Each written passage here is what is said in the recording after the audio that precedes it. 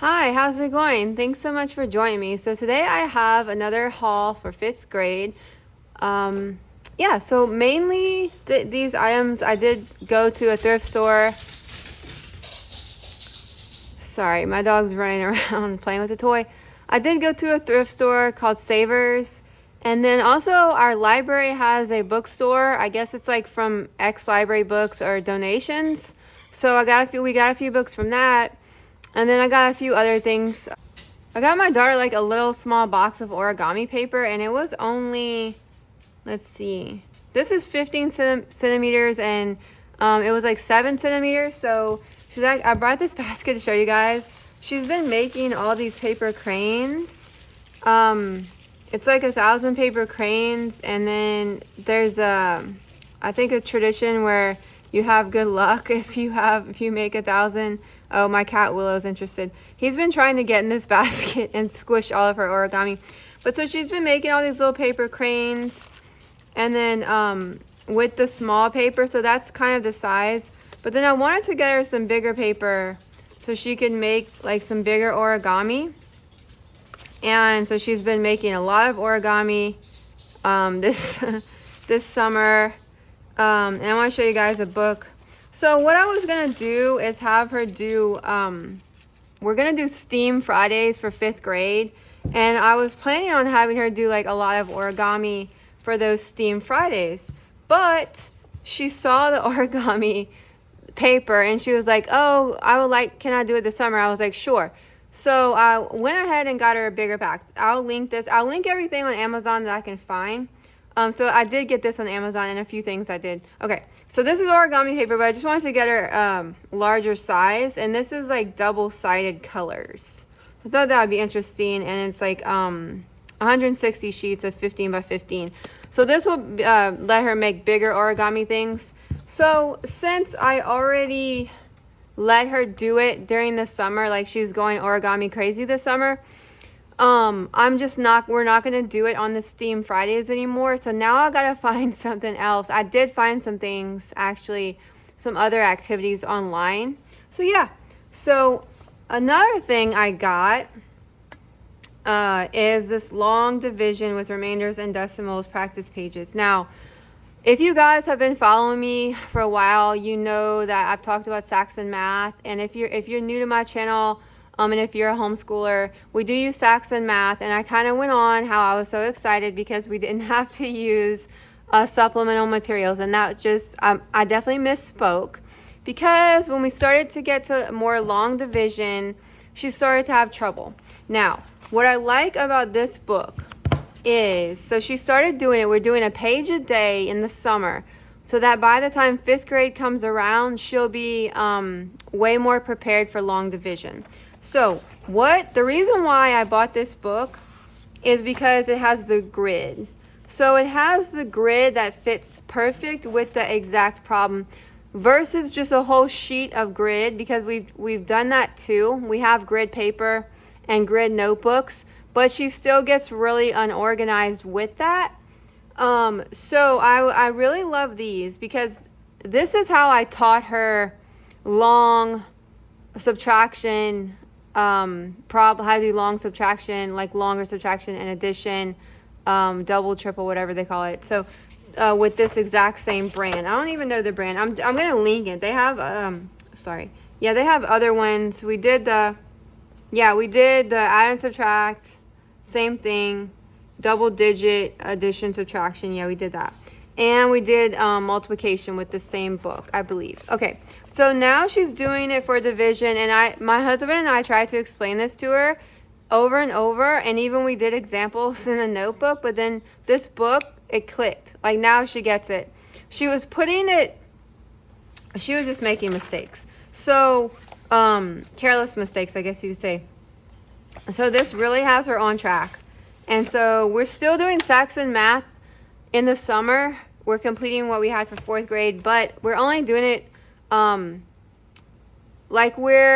not going to complete the whole curriculum by the end of summer. We took a break from it though, and I told her we're just going to do this for like a week or two. And because we just got it this week. And then once she gets a little bit better with long division, we're going to go back to Saxon.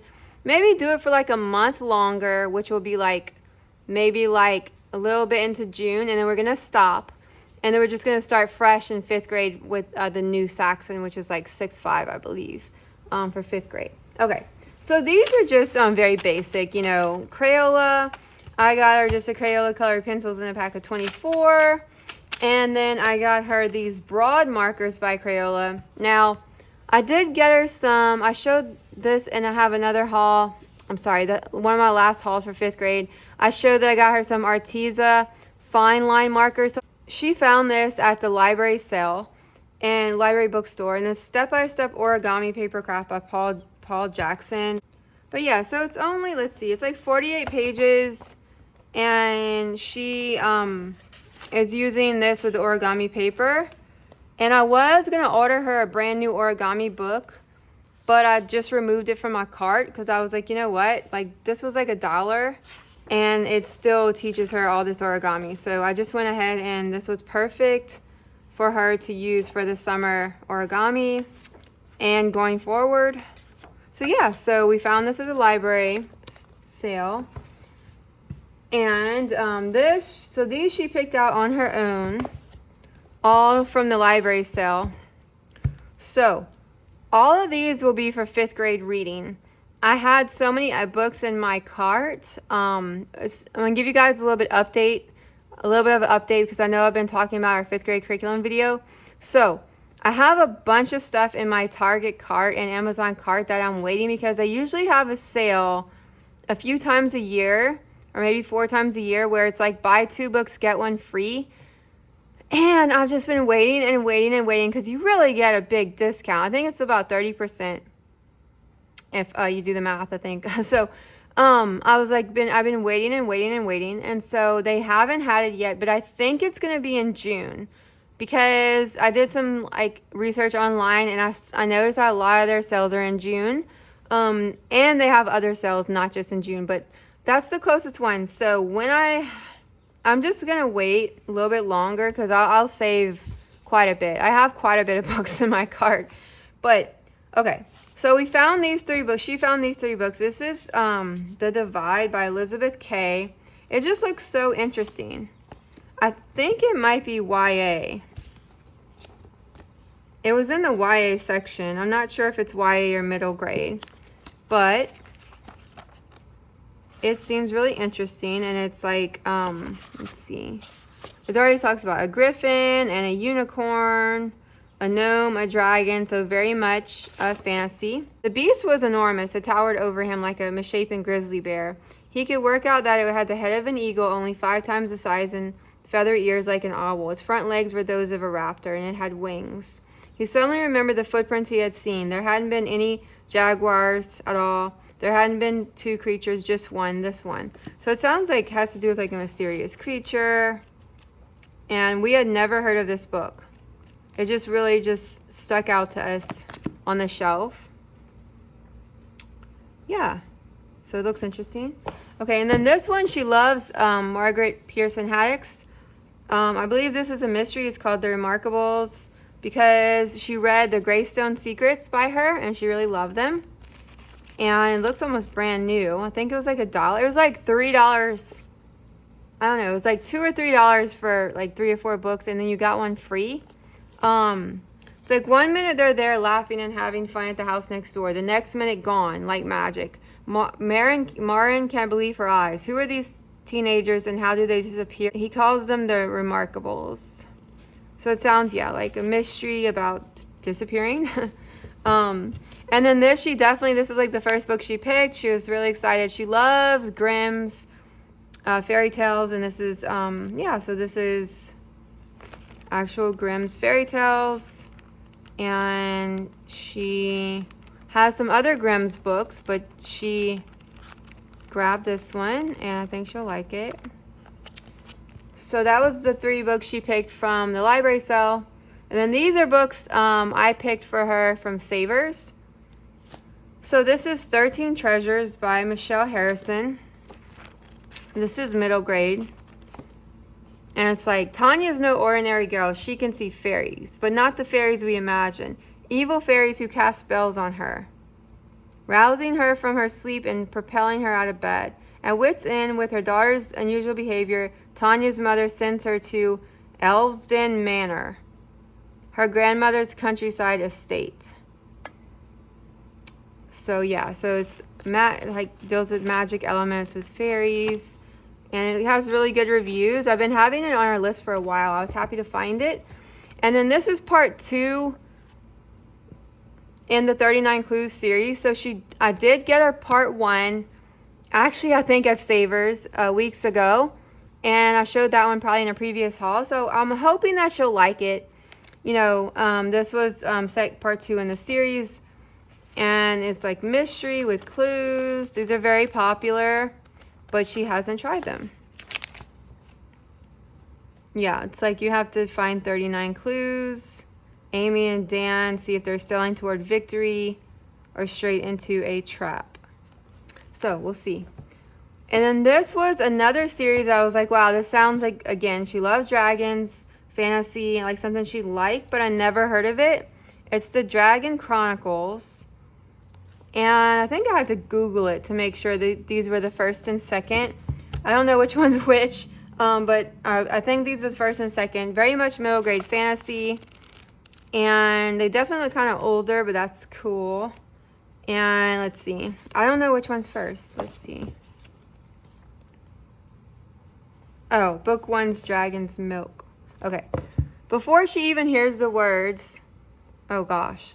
Caledra already knows what she must do. She must search out the mother dragon whose dracelings have just hatched and somehow got some of her precious milk. It's the only way to save her foster sister's life. She'd rather not go. It's too terrifying, much too dangerous, but she also knows she's the only one who can do it. For she's the only one who can actually communicate with dragons. So it sounds really interesting, and I would be shocked if she doesn't like this series. So this is part 1 and 2. And then continuing with another author she really likes. This author wrote, let's see, what did he write? Did he write Tristan Strong? Yeah. So I'm probably going to mess up his name, you guys. I'm bad at names. Kwame Mabala. Oh, gosh. Kwame, first name, and then Mbalia is his last name. So he wrote Tristan Strong Punches a Hole in the Sky. She loved this series. It was a trilogy, I believe. So he co-wrote this. Believe he co-wrote it. Yeah, with this other author. And so yeah, so I was like, oh, I know that name, and I want to see if she'll like it. Let's see. These names. Yared Haywat lives an isolated life in Addis Prime, a hard Scrabble city without much to do. His worrywart Uncle Moti and bionic lioness Bessa are his only family. But Yared is also a star player in the underground augmented reality game The Hunt for Caleb's Obelisk. Gosh, I am so bad pronouncing names I'm not familiar with. When a change in the game rules prompts him to log in with his real name, however, it triggers an attack that rocks the city. In the chaos, Uncle Moti disappears. So it talks about monsters and then the disappearance, and then it also talks about a reality game. So it kind of sounds like it has a lot going on. But my daughter likes complicated plots. I don't. Like, I'm very simple. I like realistic fiction that's whatever, just, like a story I can relate to, but she likes complicated stuff, so I think she'll like it.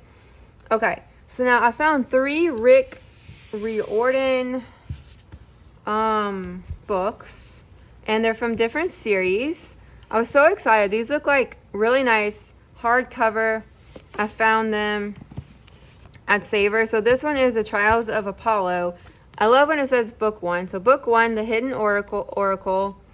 I was planning and do still plan, or if I didn't already buy them, I have some other Rick Riordan books I was planning on getting her for 5th grade. So these will definitely complete, minus I think this one book she really wanted I have in my cart. I actually removed a lot of books from my carts when I found all of these, because I was like, wow, these are going to fulfill, her independent reading, a lot of her independent reading for 5th grade.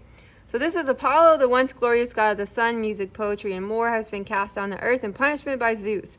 Now he's an awkward mortal teenager named Lester. I can't pronounce that. In order to regain his place on Mount Olympus, Lester must restore 5 oracles that have gone dark. So she loves mythology, very much dealing with mythology, with Zeus and all of that, Mount Olympus, and yeah. So that I think she'll like. And then these two, again, I was really happy. It says book 1 and book 2. So this is Rick Riordan, and this is the Magnus Chase and the Gods of Asgard series. Yeah, so this is book 1 and book 2. I was happy to find them in such good condition. Okay, so I can just tell by the covers, you know, it's pretty obvious, I guess, to most people, but I like that's what's so good about fantasy. You can usually tell by the cover, like, it's fancy. And then Rick Riordan, of course, does a lot of mythology, but I knew my daughter would probably like this, so we will see.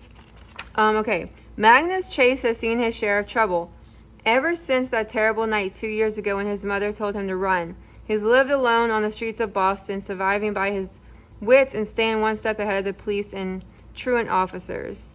One day he learns that someone else is trying to track him down, his uncle, a man his mother has always warned him about. So this one might be... Oh, okay. Randolph starts rambling about Norse. It says Uncle Randolph. Uncle Randolph starts rambling about Norse history and Magnus's birthright, a weapon that has been lost for thousands of years.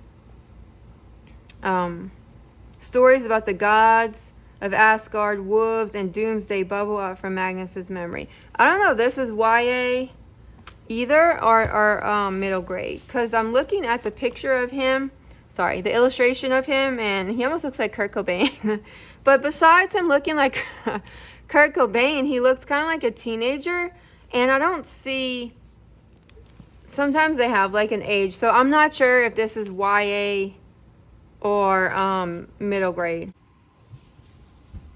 Thanks so much for watching and subscribing and liking. I really appreciate it. Bye!